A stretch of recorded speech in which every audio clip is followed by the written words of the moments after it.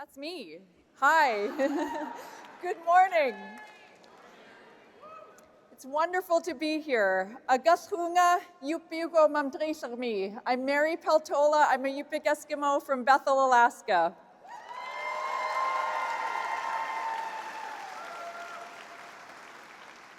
I'm a lifelong Alaskan. I'm a fisherman. I'm a military mom. And I'm running to be the next U.S. Senator from Alaska.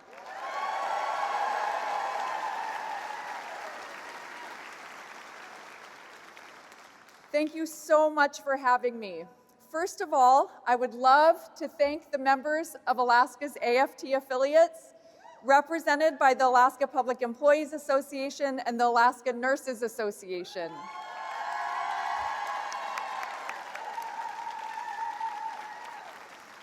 I'd like to give a special shout out to APEA State Federation President Sandy Thompson-Wallace, Business Manager Jeff Casper, and all the member leaders of the Alaska Public Employees Association, AFT, including delegates present from the State Supervisory Unit Local 4900, the Alaska Council of Education, Totem Association, Educational Support Personnel, Juneau Education Support Staff, United Academics, Fairbanks North Star Borough Employees Association, and retired public employees of Alaska.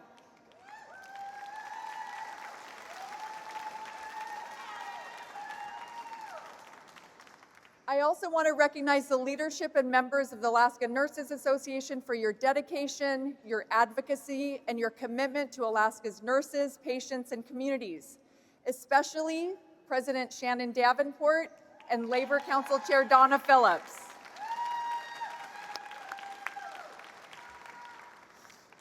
Ruyana, she shouted out thank you, and I just shouted out thank you too.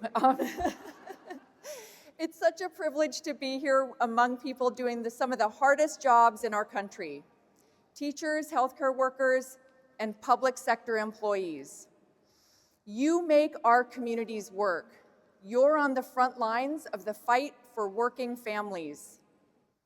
I know this is not an easy fight, and I'm grateful to be standing shoulder to shoulder with all of you. I won't sugarcoat it. It's been a hard year.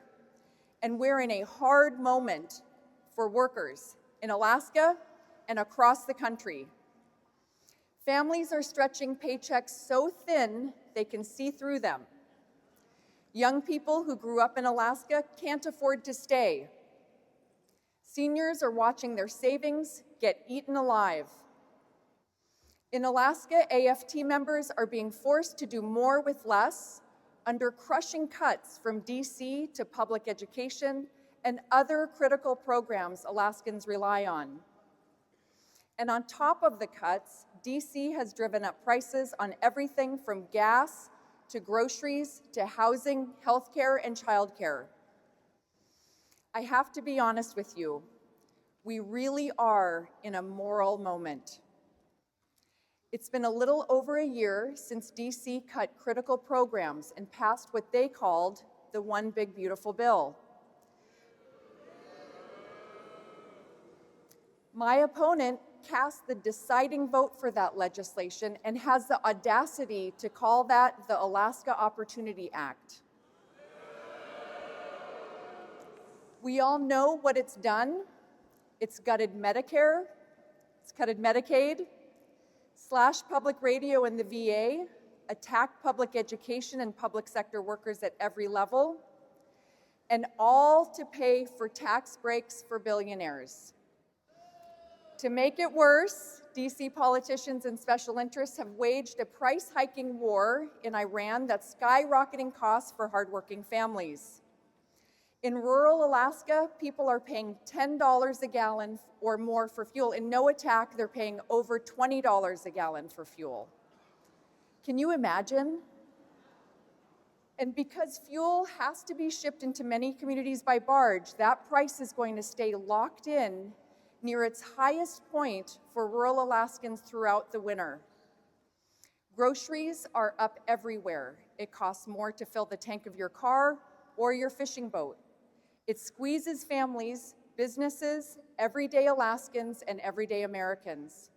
All because DC cares more about serving special interests and lining their own pockets than it does about hardworking families. This is part of a bigger plan. This is the story of a DC system that is rigged against working people. It's a system that works for millionaires, billionaires, and special interests. The rigged system in DC that allows politicians to line their own pockets while hardworking families go hungry.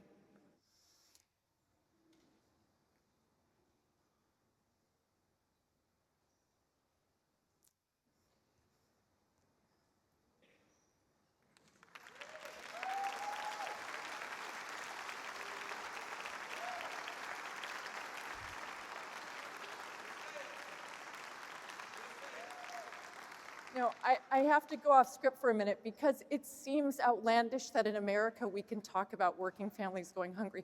And you teachers, you see it. You see hungry kids come to your school. Nurses, you see people who are food insecure.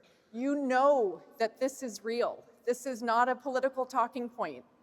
This is not something to get people, this is a very real challenge that Americans are going through because DC is in it for corporate greed. Right.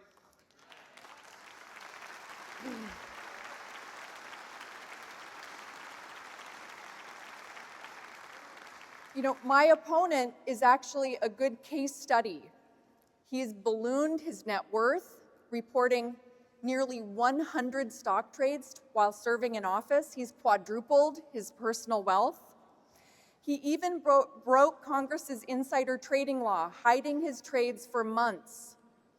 And he uses special interest campaign cash for luxurious beach resort vacations while Alaskans struggle to afford rent, let alone food for their families and heating fuel to keep them alive through the winter. That's not right. This is fixable, but it's going to take every single one of us. Together, I know we can take on this rigged system. We can ban congressional stock trades. We can stop self-dealing politicians. We can finally pass the PRO Act to protect every worker's right to collectively bargain. We can raise pay for workers, cut taxes for working families, and bring down costs. We can restore funding for education and invest in our children's futures. We can restore Medicaid and the tax credits that ensure everyone can afford the care they need. And that's what a government that works for workers, not just corporate bosses or ultra-wealthy campaign donors, looks like. I love that. A government that works for workers. I like that.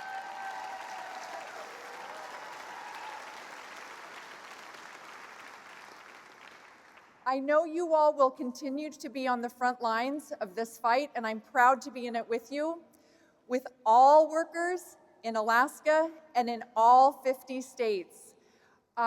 The way we say thank you where I'm from is Buyana, and thank you very much is Buyana Chuknukbuk, and I really mean that from the bottom of my heart. Buyana Chuknukbuk for all of the work that you do. Thank you.